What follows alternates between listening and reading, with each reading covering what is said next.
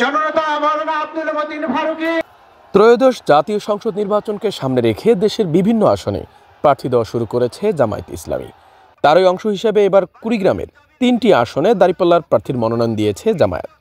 কুড়িগ্রামে মোট 4টি আসন থাকলেও কুড়িগ্রাম 1 আসনের জন্য এখনও কোনো প্রার্থী চূড়ান্ত করেনি সংগঠনটি। আল্লাহ যদি আপনাদের ভালোবাসা সিক্ত হয়ে, দেশবাসীর ভালোবাসা সিক্ত হয়ে আমাদের উপর মেহেরবানি করেন, আর যদি এই দেশের খেদমতের দায়িত্ব দেন, ইনশাআল্লাহ তাআলা আজিম প্রেসিডেন্ট প্রধানমন্ত্রীর মুখ দেখে কোনো এলাকার উন্নয়ন হবে না। কুড়িগ্রাম 2 আসনের জন্য জামায়াতের টিকিট পেয়েছেন কুড়িগ্রাম জেলা আইনজীবী সমিতির সাবেক সভাপতি অ্যাডভোকেট ইয়াসিন আলী সরকার। তিনি একাধারে একজন আইনজীবী, সমাজসেবক ও কুড়িগ্রাম জেলা জামায়াতে ইসলামীর মজলিসে শুরা ও কর্মপরিষদের অন্যতম সদস্য।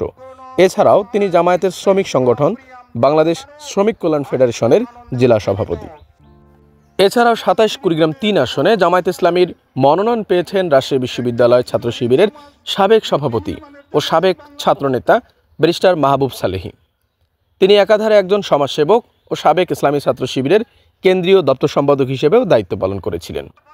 কুড়িগ্রাম 4 আসনে জামায়াত ইসলামীর নির্বাচনী টিকিট পেয়েছেন বিশিষ্ট ব্যবসায়ী, সমাজসেবক ও রাজীপুর উপজেলা জামায়াতের সাবেক আমির জনাব মোস্তাফিজুর রহমান। সারা দেশের 300 আসনেই প্রার্থী দেওয়ার কথা রয়েছে সংগঠনটির। ইতিমধ্যেই এ ও বি ক্যাটাগরির প্রার্থী দিয়েছে বিভিন্ন জায়গায় সংগঠনটি। তবে প্রার্থী দেওয়া শুরু করলে সংগঠনটির হাইকমান্ড জানিয়েছে আগেই সংস্কার, তারপর নির্বাচন চায় জামায়াত। আপনারা আমাদের জন্য দোয়া করবেন, ন্যায়ের পথে, ইনসাফ কায়েমের পথে আমাদেরকে যতদিন পাবেন আমাদেরকে একটু ভালোবাসবেন, দোয়া করবেন, সাহায্য করবেন, ভুল করলে সমালোচনা করবেন।